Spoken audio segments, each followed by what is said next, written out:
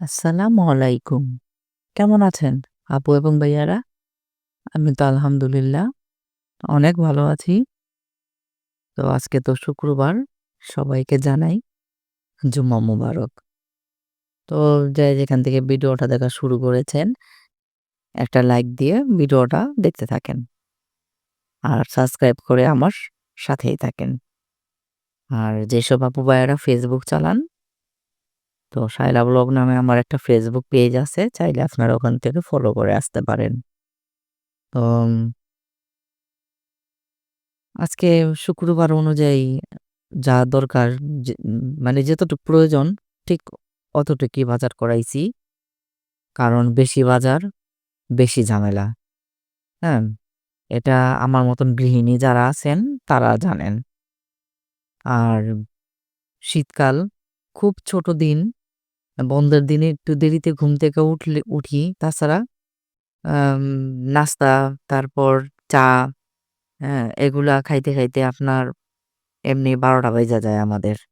আমাদের বাজার আনতে, আনতে ১২:৩০ বেজে যায়, এরকম হয়। সবসময় এরকমই হয়। তো ওই কারণে সবসময় আসলে ইচ্ছা করে না যে অ্যাম খুব বেশি মুরগি নিয়ে আসি। হ্যাঁ? বেশি মুরগি আনলে বেশি ঝামেলা। বেশি কোটাকাটি, ধোয়া খুব ঝামেলা। তো রান্না করে পরিস্থিতি দেখাইলাম এক নজর। ঘরের কাজকর্ম ওকে ডান। তানজিনা বইসা মাংস অ্যা কিমা করছি আমি আর তানজিনাকে সব মসলাপাতি দিয়ে দিছি। ও কোফতা বানাইতেছে। আজকে কোফতা বানাবো আর বিরিয়ানি রান্না করব। হ্যাঁ? এম ব্রয়লার মুরগিটা নিয়ে আসলো না? তো মুরগির আপনার থানের পিছটা একটা পিচ্ছিল ভাব থাকে। ওই কারণে আমরা কেউ খাই না। তো ওই থানের পিছটা দিয়া সবসময় আপনার অ্যাম এই যে কোফতা, কাবাব, তারপরে কিমা করে নুডলসে ঢালি। তারপর আপনার স্যুপ রান্না করি। বিভিন্ন কাজে আমি লাগাইতে পারি। মাংসর মানে মুরগির মাংস আপনার কোনো অংশ ফালানো যায় না আমার কাছে। আমি কাজে লাগাইতে পারি। যাতে বাচ্চারা না বুঝতে পারে যে এটা কোন পিস দিয়া করছি। কিন্তু যদি বিশ্বাস করেন এই রানের উপরের অংশটা তো থান বলে। এই থানের পিসটা দিয়ে আপনার মনে করেন যে কোফতা, কাবাব বানাইলে এত সফট হয় ভিতরটা, অনেক সফট হয়, খাইতেও অনেক মজা লাগে। তো এখানে আমি সবকিছু দিয়ে দিলাম বিরিয়ানির জন্য। বাদাম বাটা, বিরিয়ানির মসল্লা, গরম মসল্লা গুঁড়া, মরিচের গুঁড়া, লবণ, সবকিছু মানে আদা রসুন বাটা সবকিছুই দিলাম।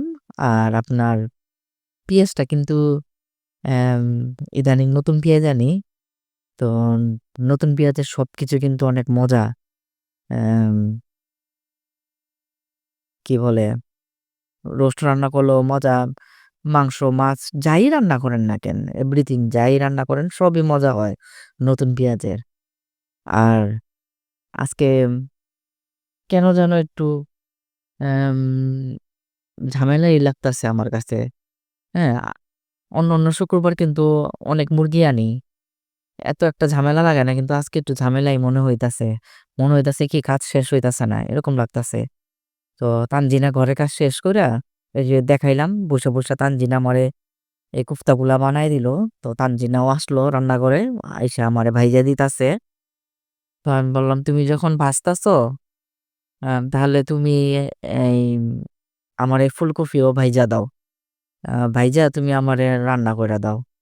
আমি বিরিয়ানি করি, তুমি এই ২ টা করো।" তারপর বলল যে, "আচ্ছা ঠিক আছে।" তো ফুলকপিগুলা আপনার ভাইজা নিলাম। আজকে ফুলকপি মাঞ্চুরিয়ান বানাবো। তো আপনারা তো চিকেন মাঞ্চুরিয়ান খান, তাই না? অ্যাম ফুলকপির মাঞ্চুরিয়ান খাবেন। শীতকালে ফ্রেশ ফুলকপি পাওয়া যায়। আর ফ্রেশ ফুলকপিটা দিয়ে আপনার যাই রান্না করেন না কেন ভালোও লাগে, মজাও লাগে। তো মাঞ্চুরিয়ান আপনারা যেভাবে বানান আমি একটু আমার স্টাইলের বানাইতাছি। যেমন আমি ১ম এ রসুন দিলাম, সোয়াবিন তেল দিলাম। দেওয়ার পরে একটু লাল হওয়ার পরে সস মানে টমেটো সস আর সয়া সস দিয়ে দিলাম। দেওয়ার পরে একটু অ্যাম কাঁচামরিচ আর পেঁয়াজ কাইটা দিয়ে দিলাম। এটা আমি একটা নতুন একটা এড করলাম। তো আপনার মনে করেন যে রান্না-বাড়া আমি আমার মতন কইরা অনেক কিছু এড কইরা অনেক কিছু রান্না করি। খায়া দেখি কেমন হয়, কেমন লাগে এই আরকি। শুধু ফুলকপি দিলে মনে হইলো যে ভালো লাগবে না, এটাও দেই। আর ফুলকপিটা কি দিয়া বাছি? ফুলকপিটা আম শুধু ময়দা, লবণ, আদা রসুন বাটা, মরিচের গুঁড়া, একটু গরম মসলার গুঁড়া দিয়া আমি আমি না মানে তানজিনা ভাজলো ফুলকপিটা ভাজছি। সুন্দর কইরা ভাইজা নিছি। এত মুচমুচে হইছে, ইচ্ছা হইছে কি জানেন? যে মাঞ্চুরিয়ান রান্না না কইরা এমনি খায়া ফেলাই। তারপর রানার স্বামী বলতেছে যে, "এমনি মজা হইছে।" খাইছে তো আবার একটা গরম, গরম। তো আমি বললাম যে, "আচ্ছা ঠিক আছে। কোনো একদিন মাগরিবের পরে বিকালের নাস্তায় আরকি বানায় দিব। গরম, গরম খাইও।" আচ্ছা ঠিক আছে। তো ২ জন ২ চুলায় রান্না করতাছি। জাগা হইতাছে না রান্নাঘরে আজকে। আ গরম পানি দিলাম আবার মাংসটা নামায় রাখছিলাম। নামায়া গরম পানি দিছি। কারণ বিরিয়ানিতে গরম পানি না দিলে চাইলটা কিন্তু ফুটে না। আর এখানে ২ চামচ দুধ দিয়া দিলাম আজকে। দুধ গুলাই দেই সবসময়। কিন্তু আজকে এভাবেই দিলাম। বিরিয়ানি তো কোনো বিষয় না। আপনি দুধ যেভাবেই দেন না কেন সমস্যা নাই। একটু গরম পানিতে ছাড়লেই হয়। এই আরকি। ঠান্ডা পানিতে দিলে দুধটা আসলে গলে না। তো আমার কাছে মনে হইলো যে আরেকটু পানি লাগবো। তাই আবার আরেকটু পানি দিলাম। আর এই যে আপনাদেরকে দেখাই ফুলকপিগুলা সেই হইছে জানেন না। ফুলকপি ভাজাগুলা। ওই যে আমি একটা উঠায় আবার প্রাণের স্বামীরে দিলাম।